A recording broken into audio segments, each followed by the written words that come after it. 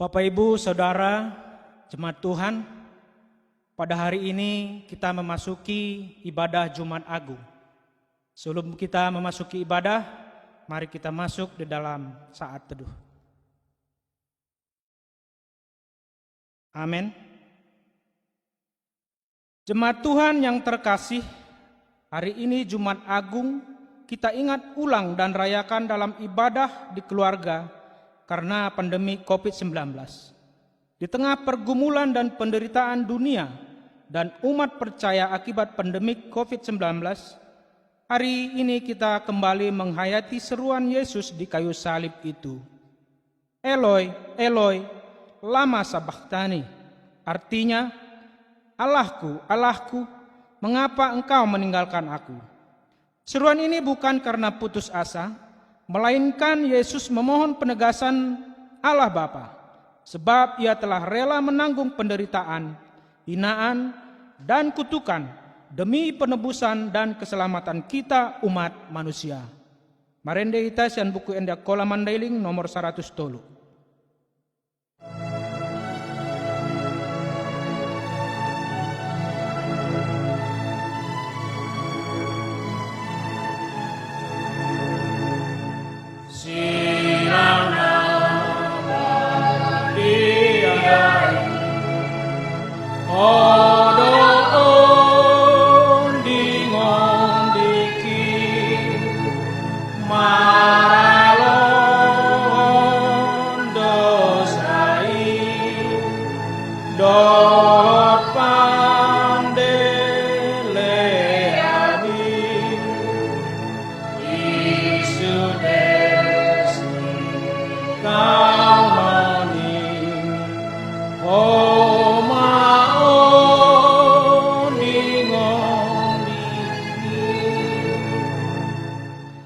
Dalam nama Allah Bapa dan Anaknya Tuhan Yesus Kristus dan nama Roh Kudus yang menciptakan langit dan bumi. Amin. Sebab imam besar yang demikianlah yang kita perlukan, yaitu yang saleh, tanpa salah, tanpa dosa, yang terpisah dari orang-orang berdosa dan lebih tinggi daripada tingkat-tingkat surga, yang tidak seperti imam-imam besar lain, yang setiap hari harus mempersembahkan kurban untuk dosanya sendiri, dan sesudah itu barulah untuk dosa umatnya. Sebab hal itu telah dilakukannya satu kali untuk selama-lamanya, ketika ia mempersembahkan dirinya sendiri sebagai kurban. Haleluya.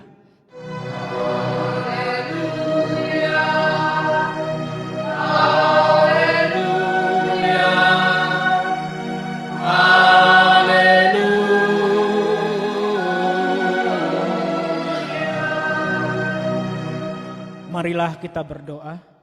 Ya Bapa Allah, kami yang maha pengasih bagi seluruh umat manusia, Engkau telah mengaruniakan anakmu Yesus Kristus Tuhan kami, terderita aib dan sengsara, serta mati di kayu salib, supaya kami selamat dari kuasa iblis.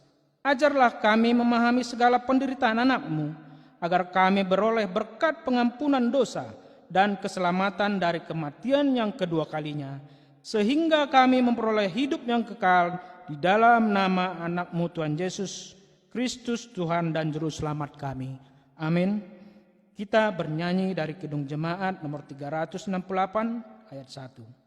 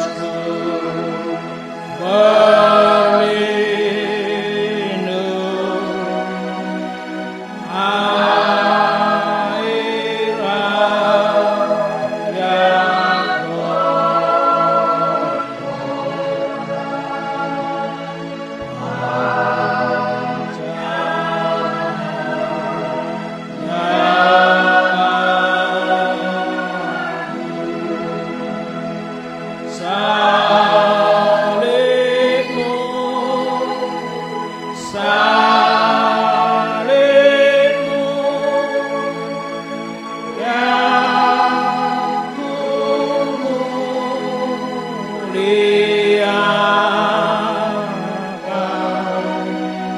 hingga dapat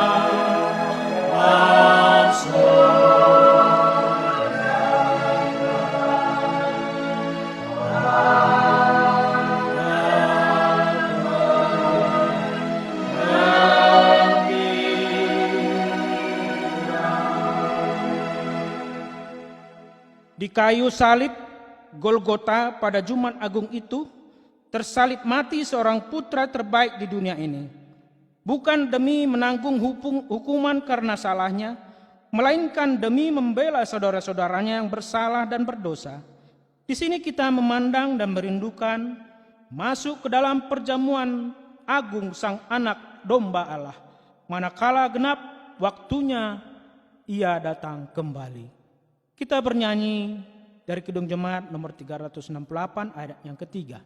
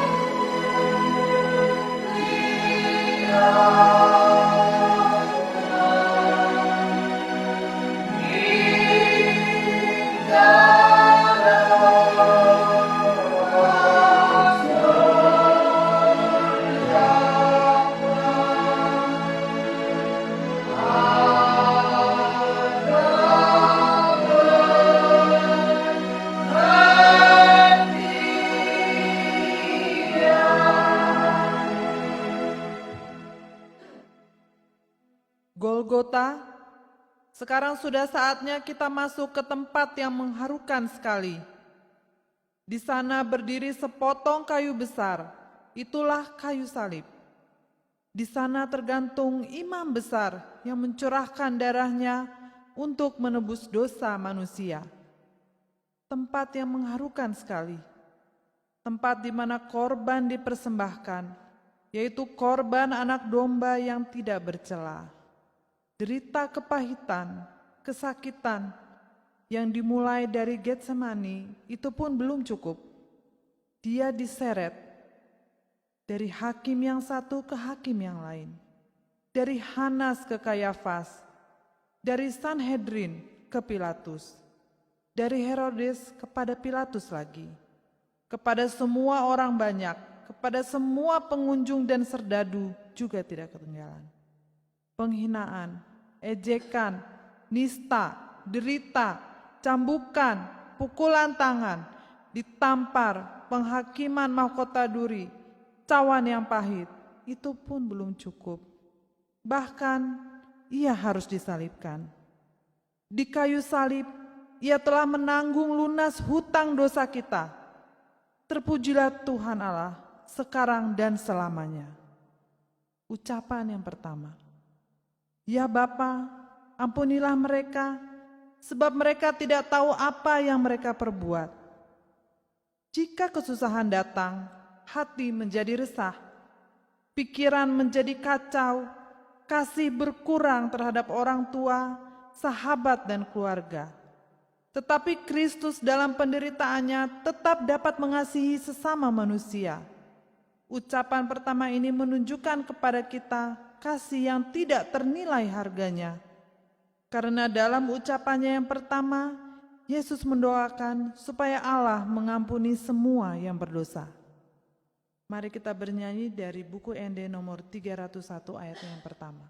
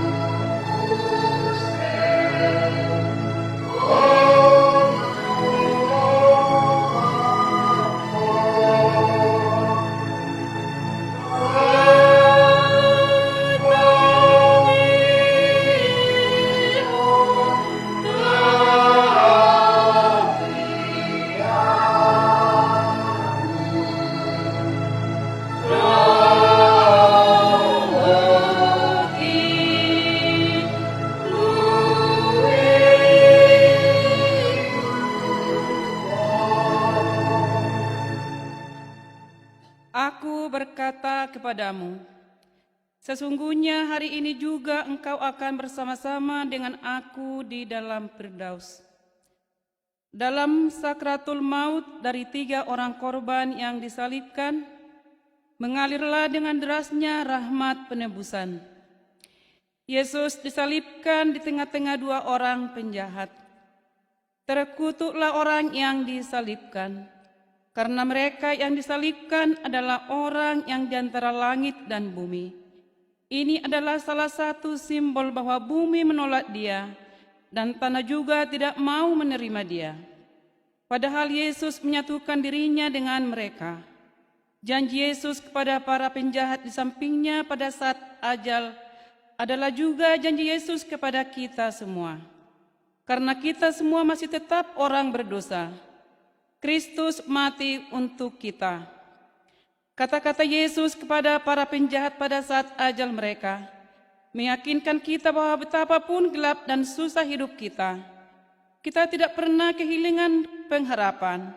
Kita dapat berpaling kepada Dia yang menjanjikan Firdaus kepada penjahat, dan kita pun tahu bahwa janji itu pula yang ditunjukkannya kepada kita. Marilah kita bernyanyi dari buku Endang Kola Mandailing nomor 96 ayat 1.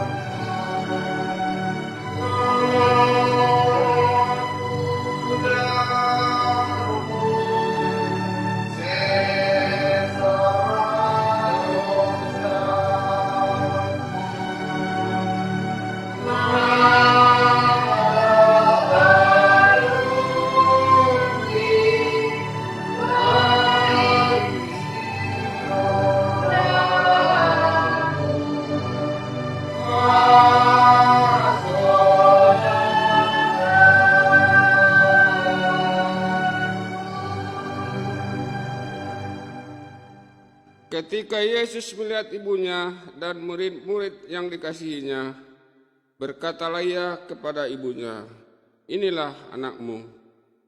Kemudian katanya kepada murid-muridnya, "Itulah ibumu." Di bawah kaki kayu salib berdirilah Maria. Tiba saatnya apa yang dikatakan Simon kepada Tuhan Yesus di bait Allah, yaitu, "Suatu pedang akan menembus jiwamu sendiri supaya menjadi nyata pikiran hati banyak orang." Dia tidak mampu lagi memikirkan ibunya sekarang. Derita dan kesedihannya tidak ada bandingnya.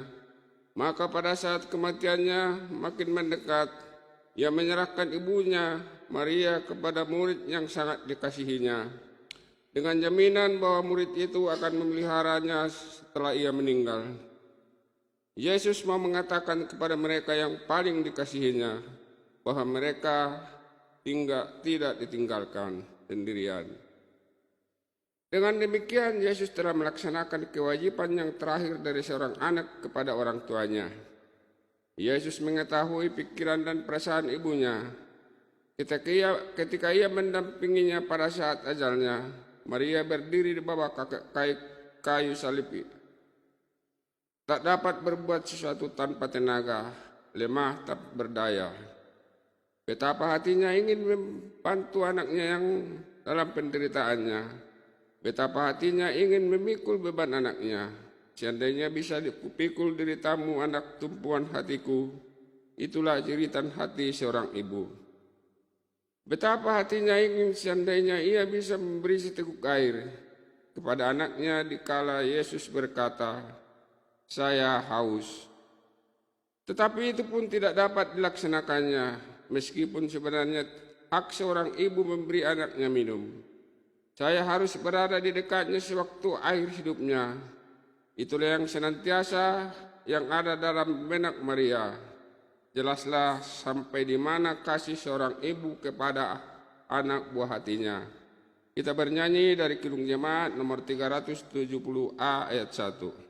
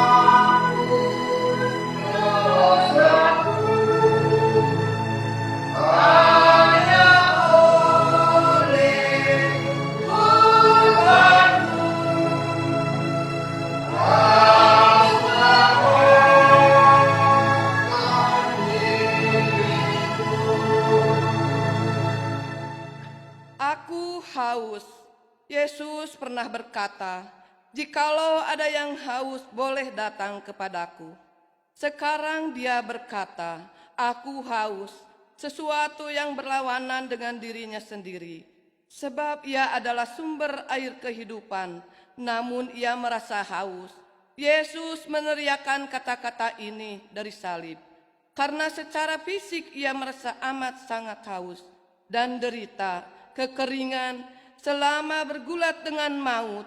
Tetapi lebih daripada itu, kata-kata ini mempunyai arti yang lebih mendalam dan penuh misteri.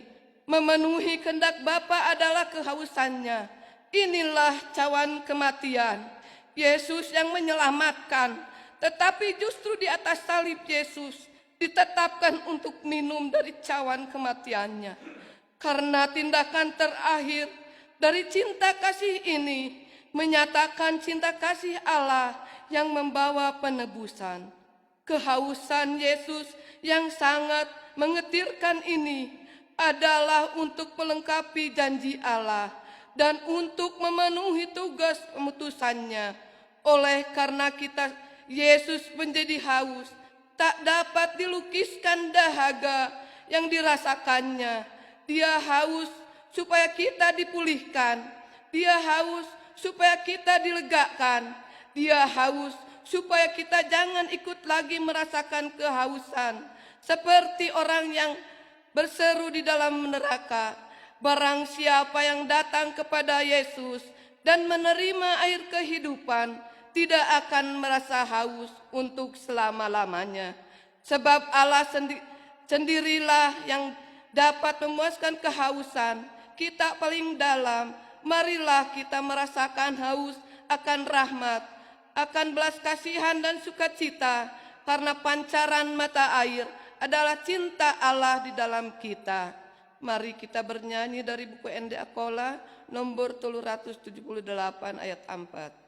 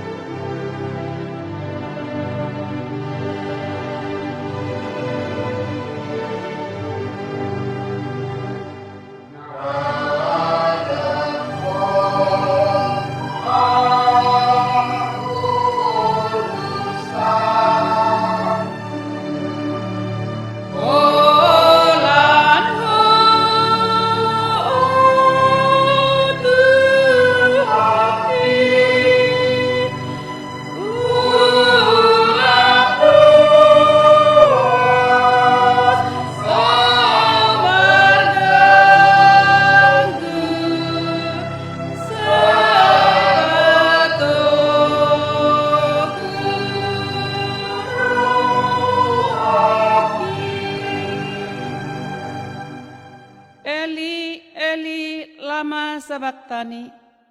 Ya Allahku, mengapa engkau meninggalkan aku?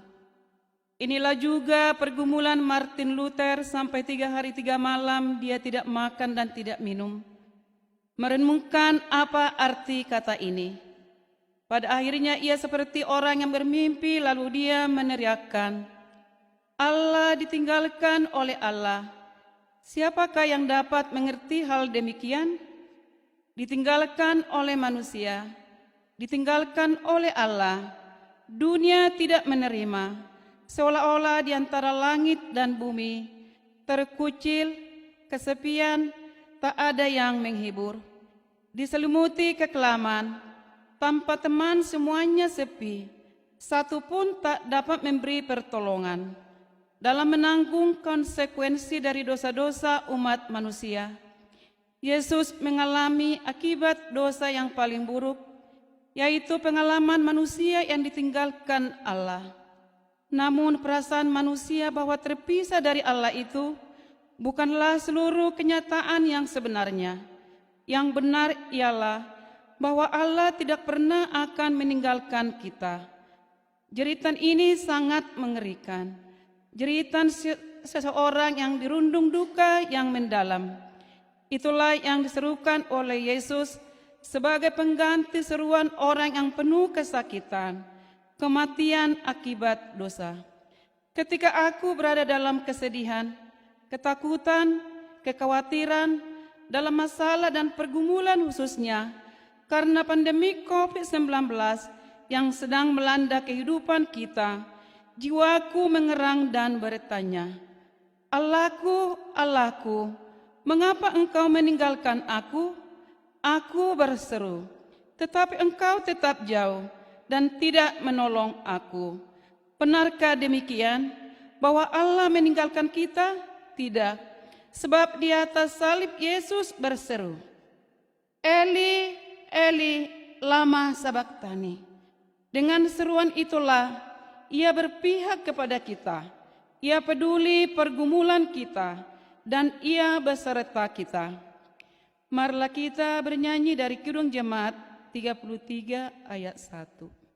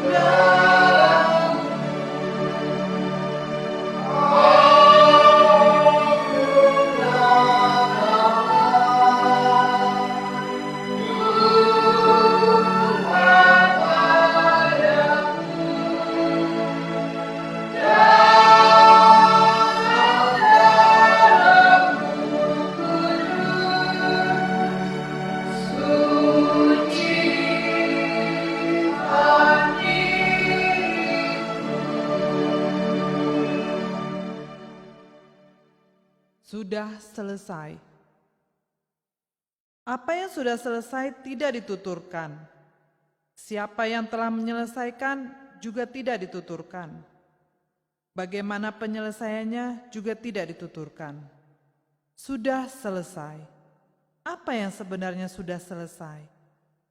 Dia yang telah menyelesaikan pekerjaan yang diterima dari Bapa sewaktu mengabarkan berita kesukaan. Dia telah menyembuhkan orang-orang sakit pada waktu si buta dapat melihat, yang pincang dapat berjalan, yang mati hidup kembali. Penyerahan korban sudah selesai. Allah telah menerima kurban sembelihan, anak domba yang tak bercacat.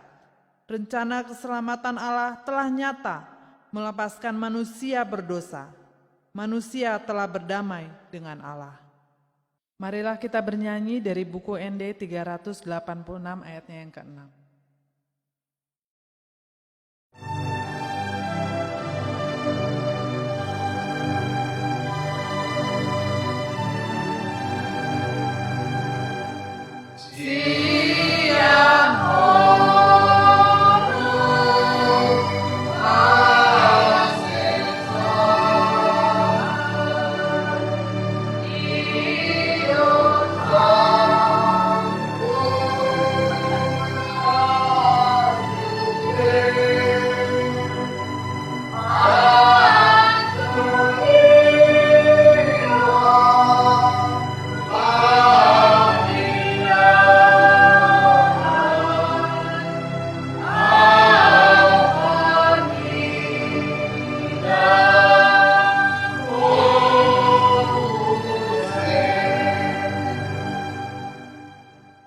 Kita bernyanyi dari Kidung Jemaat nomor 364.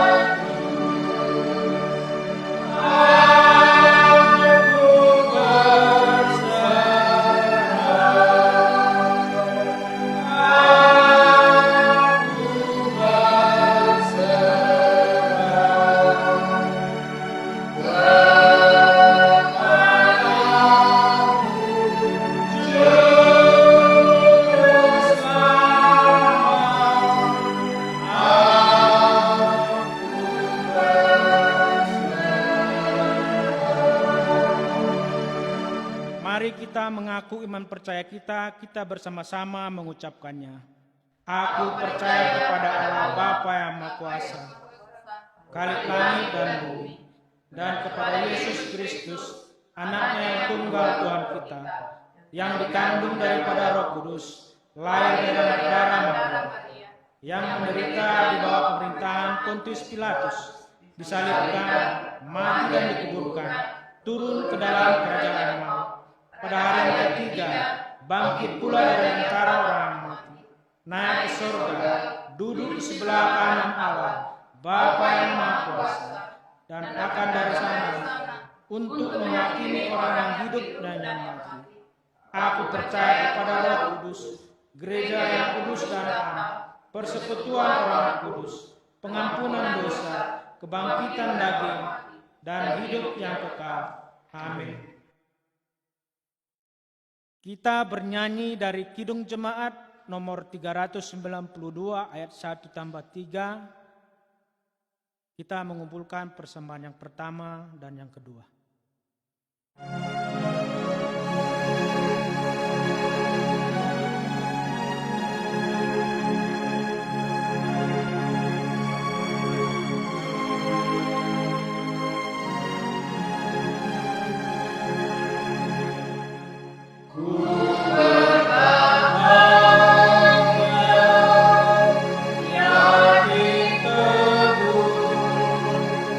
Yesus Allah.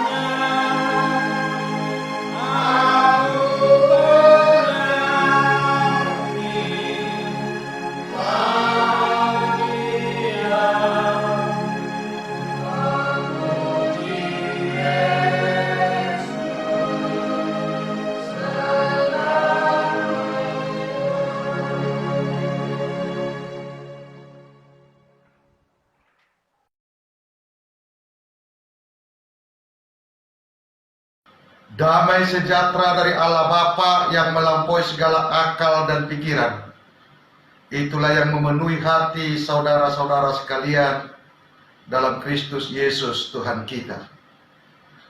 Amin. Bapak Ibu Saudara dikasih Kristus Yesus, firman Tuhan yang menjadi khotbah kita pada hari ini ketika kita merayakan Jumat Agung diambil dari Injil Lukas pasal 23 ayat 44 sampai dengan 48. Demikian bunyinya. Ketika itu hari sudah kira-kira jam 12, lalu kegelapan meliputi seluruh daerah itu sampai jam 3. Sebab matahari tidak bersinar dan tabir bait suci terbelah dua. Lalu Yesus berseru dengan suara nyaring, "Ya Bapa, ke dalam tangan-Mu kuserahkan nyawaku." Dan sesudah berkata demikian, ia menyerahkan nyawanya. Ketika kepala pasukan melihat apa yang terjadi, ia memuliakan Allah, berkatanya, "Sungguh orang ini adalah orang benar." Dan sesudah seluruh orang banyak yang datang berkerumun di situ untuk tontonan itu, melihat apa yang terjadi itu, pulanglah mereka sambil memukul-mukul dirinya. Demikian firman Tuhan, kita sambut dengan nyanyian kita. Di hati kami Tuhan, Kau tulis sabdamu, supaya kami juga setia dan teguh mendaki gunung goyang, binasa dunia. Tegaklah firman Allah selama-lamanya.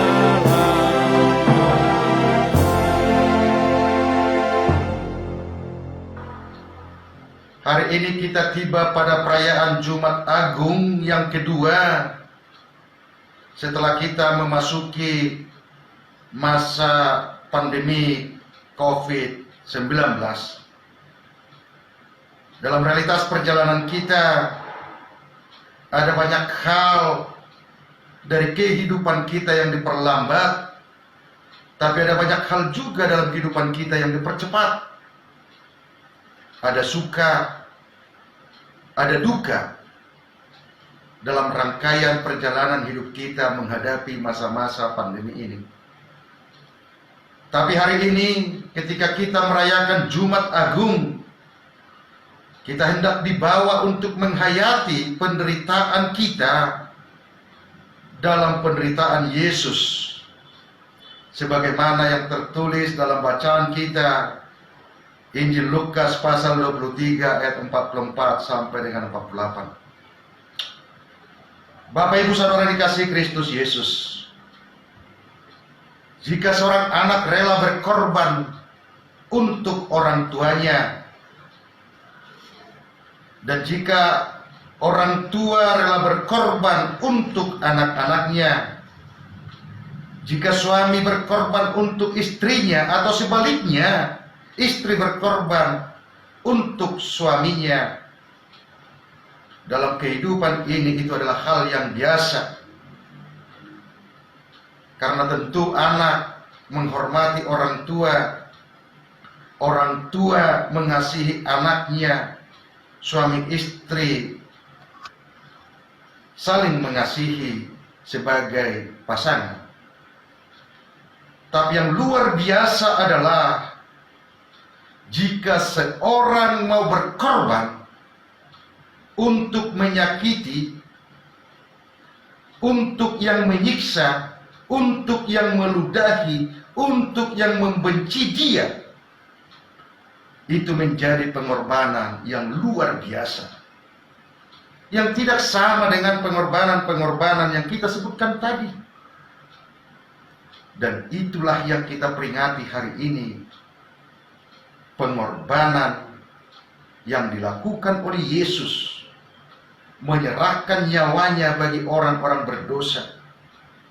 Yesus yang mengorbankan dan menyerahkan nyawanya sebagai tebusan untuk orang-orang yang meninggalkan Dia, untuk orang-orang yang menjauh dari Dia, dan untuk orang-orang yang menghujat Dia. Saudara yang dikasihi Kristus Yesus, kita melihat sejauh mana pengorbanan Yesus sebagaimana dalam Injil Lukas yang kita baca hari ini. Yang pertama, pengorbanan Yesus menanggung kegelapan kita yang abadi. Pengorbanan Yesus menanggung kegelapan kita yang abadi. Dalam ayat 44 dikatakan, ketika itu hari sudah kira-kira jam 12, lalu kegelapan meliputi seluruh daerah itu sampai jam 3. Saudara dikasihi Yesus, di saat matahari paling terang, di saat cahaya matahari mencapai titik puncak yang klimaks di jam 12, firman Tuhan memberitahukan kepada kita, ternyata pada saat itulah kegelapan turun. Kegelapan menutupi semuanya, sehingga akibat dari kegelapan tersebut mereka tidak bisa melihat sesama mereka karena gelapnya kegelapan karena dosa yang ditembusi oleh Yesus Kristus itu. Maka akibat kegelapan itu, mata kita, pikiran kita, hati kita benar-benar buta karena kegelapan dosa dan maut, sehingga kita tidak bisa melihat sesama kita. Tapi dalam situasi itulah Yesus menandakan pengorbanannya, sehingga kita tidak harus mengalami kegelapan yang abadi itu, karena Kristus telah mengerjakannya. Kristus telah menebus kita dari kegelapan itu. Jadi Bapak Ibu Saudara dikasihi Kristus Yesus, kalau kita ditanyakan sekarang, seberat apakah dan sebesar apakah pengorbanan Yesus itu? Dari ayat 44 ini kita melihat, ayat 44 ini memberikan jawaban bahwa harga pengorbanan Yesus itu sama dan bahkan lebih melampaui matahari yang jatuh dari langit. Matahari yang seharusnya memberikan cahaya yang cemerlang, matahari yang seharusnya memberikan terang yang luar biasa, tiba-tiba padam. Dan seringkali karena efek dosa kita, itulah pengorbanan yang ditanggung Yesus untuk menyelamatkan kita. Bahkan di ayat 45 dikatakan, dan tabir bait suci terbelah dua, bukan terkoyak, terbelah dua. Dalam catatan dikatakan bahwa tinggi daripada tabir itu adalah 18,2 meter, tapi bisa terbelah dua, menandakan bahwa kematian dan penderitaan Yesus menembus sekat-sekat yang ada, sehingga siapapun bisa menerima rahmat keselamatan itu. Ibu bapak yang dikasihi Kristus Yesus, melalui penderitaan Yesus ini kita diperlihatkan dalam kegelapan yang paling gelap sekalipun, dalam penderitaan yang berat sekalipun, ada Tuhan yang mau menolong, ada Tuhan yang mau membantu. Dan penderitaan yang dialami dan dijalani oleh Yesus untuk menolong dan membantu dan menyelamatkan kita dalam kehidupan kita. Yang kedua, melalui penderitaan ini Kristus membuka jalan menuju Tuhan. Tabir bait Allah terbelah dua. Di ayat 46 dikatakan, lalu Yesus berseru dengan suara nyaring, "Ya Bapa, ke dalam tanganmu kuserahkan nyawaku." Saudara yang kasih Kristus Yesus, kita melihat dari proses ini bahwa dalam menghadapi kematian sekalipun, suara Yesus terdengar nyaring. Dia tidak gentar. Bahkan dengan gagah dia berseru, "Ya Bapa, ke dalam tanganmu kuserahkan nyawaku." Itu menandakan bahwa tak ada sebuah kelelahan yang parah, bahwa dia rela menyerahkan nyawanya. Dan itulah makna yang kedua dari penderitaan Yesus, bahwa ia menyerahkan nyawanya secara sukarela. Ia menanggung serta dosa kita secara sukarela. Dia mengatakan, "Ke dalam tanganmu kuserahkan nyawaku." Hidup Yesus tidak dikendalikan situasi yang terjadi dalam dirinya.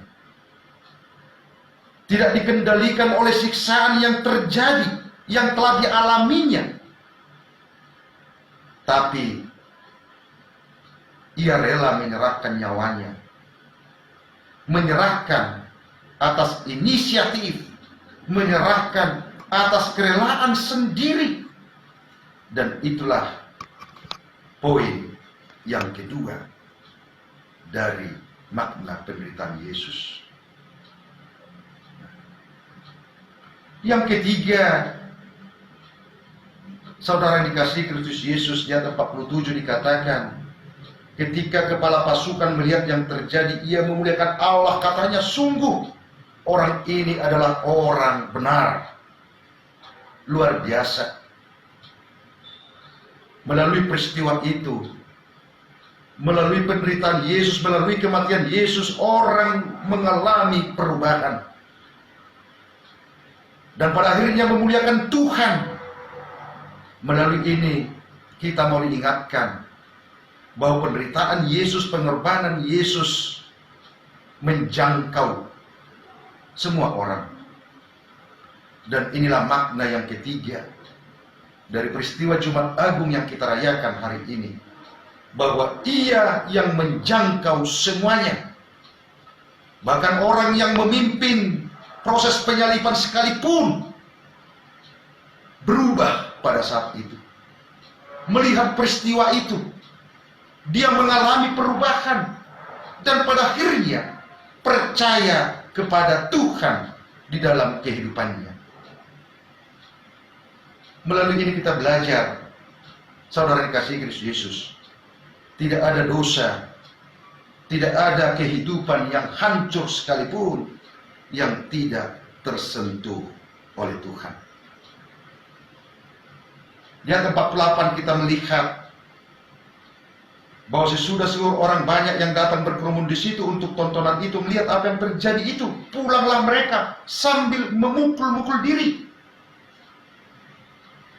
Bapak Ibu saudara dikasihi Kristus Yesus, memukul-mukul diri merupakan gambaran, simbol dari reaksi penyesalan.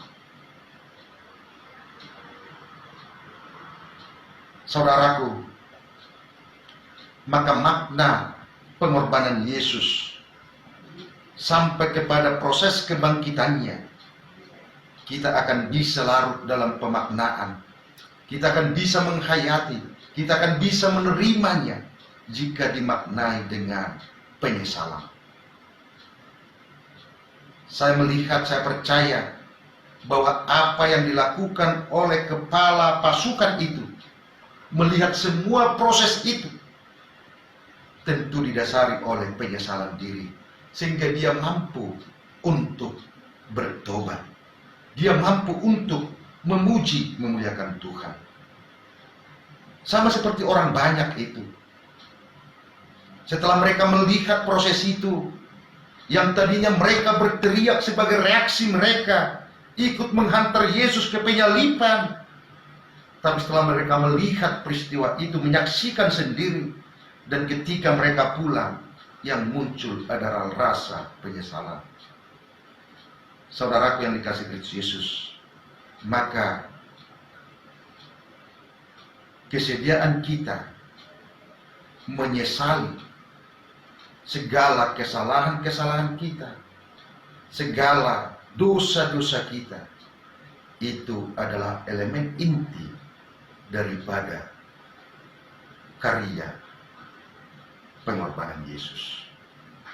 Itu adalah elemen inti dari peristiwa Jumat Agung. Maka ketika kita hari ini, teks kita mengatakan, topik kita mengantarkan kita bahwa Kristus menyerahkan nyawanya.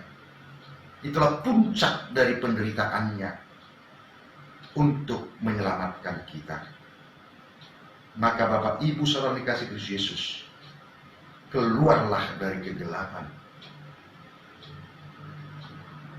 Terimalah karya keselamatan.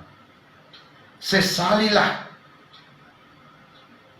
segala pelanggaran-pelanggaran kita dan keberdosaan kita, dan rasakanlah pangkuan dan dekapannya. Maka Jumat Agung akan menjadi karya terbesar. Jumat Agung akan menjadi sebuah kehidupan yang baru di dalam kehidupan beriman kita. Amin. Kita sambut dengan nyanyian kita. Amin, amin, amin.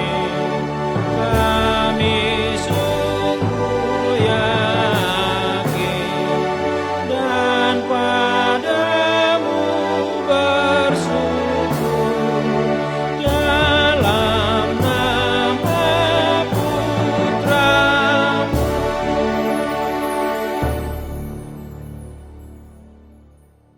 Kita berdoa. Terima kasih Allah Bapa atas segala penyertaan dan cinta kasih Tuhan. Kalau pada hari ini kami bisa merayakan Jumat Agung-Mu meskipun di tengah-tengah situasi pergumulan bangsa kami akibat pandemi COVID-19. Tapi kuasa Tuhan, pertolongan Tuhan sungguh kami rasakan. Terima kasih untuk firman-Mu Tuhan, yang mengingatkan kami akan penderitaan-Mu. Ketika Kristus Yesus Sang Domba Paskah menyerahkan nyawanya di Golgota, mampukan kami Tuhan untuk melihat dan memaknai penderitaan Tuhan dan melakukan sebuah refleksi diri, melakukan penyesalan akan segala kekurangan dan kehilafan kami di dalam kehidupan kami. Biarlah Tuhan karya-Mu tidak menjadi sia-sia di dalam kehidupan kami. Berkati jemaat-Mu Tuhan, berkati kehidupan mereka, berkati pekerjaan mereka. Kami berdoa untuk kehidupan berbangsa kami di tengah-tengah situasi pandemi yang kami hadapi. Kami juga Tuhan dikejutkan dengan teror kemanusiaan yang terjadi. Biarlah Tuhan yang menolong pemerintah kami, aparat keamanan kami, sehingga bisa menjaga kondusivitas kehidupan kami di negeri ini. Dan berkati Tuhan orang-orang yang selalu melihat orang lain sebagai musuh, bukan sebagai sahabat. Biarlah mereka Tuhan semakin memaknai bahwa Tuhan menempatkan kami di tengah-tengah kehidupan ini dengan berbeda-beda, agar kami bisa saling menghargai, saling menghormati, saling membantu sebagai sesama ciptaan Tuhan. Terima kasih Tuhan. Dalam Kristus Yesus kami berdoa. Amin.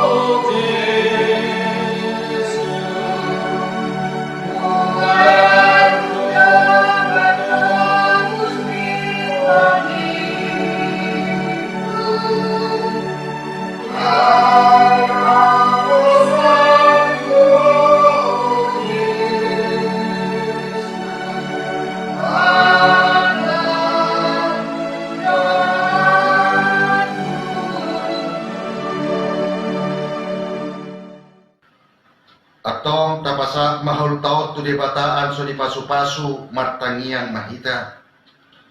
Ali di bata amana mina di bono ginjang hodo haruan ni sudi silele na dinggan do silua na sanggam. Kami pasaat masyan na nilan nito kami gabi harun nami tuho. Sejagit may gabi uwak na huskus jadupanmu. Pasu-pasu meja na jagahon. Ang suami pargunahon haulolaw pati bulkon harajon mo di tonga-tonga ni parlagutan mo do di portibyon. Sayo ka marohan namin markita iti tondimo. An sumur kami tandas lelen mito kami. An sumur ringgasan man doktor tarimo kasi tuho. Markita hite Jesus Kristus Tuhan namin. Amen.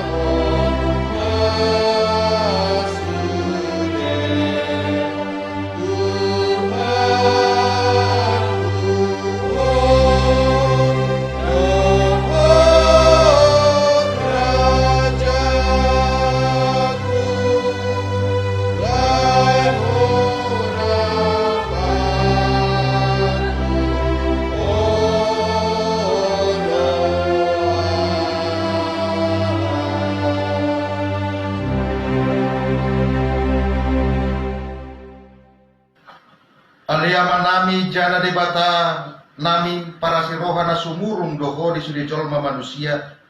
Madung dilen ho anakmu Tuhan Yesus Kristus Tuhan nami manaon habilia do perkacitan. Pola mate tersilang anso melua kami siang gonggoman di sibolis. Saya panrohai mahani mamikiri perkacitan ni anakmu. Anso maruli kami markite hite siani dia sesaan di dosa dot haluaon sian hamatean paduahoni. Anso dapat kami hanguluan na sa lulot ni lulot na markite hite Tuhan Yesus Kristus Tuhan nami anak kaholongan ni rohamu. Amen. Aliyaman namin na di kono kinjang pinorbadia magwarmu Roma harajaanmu tulus marohamu songon na di banua ginjang songon ibu saya ditanoon len madihami pakaron nami kanopari sa darion sa sama dosa nami songon hay manyesa dosa idungan nami na magdosa di kami ulang pamasok kayo tubagas at pandugaan tapi palua mahami sian pangagoy. Salolo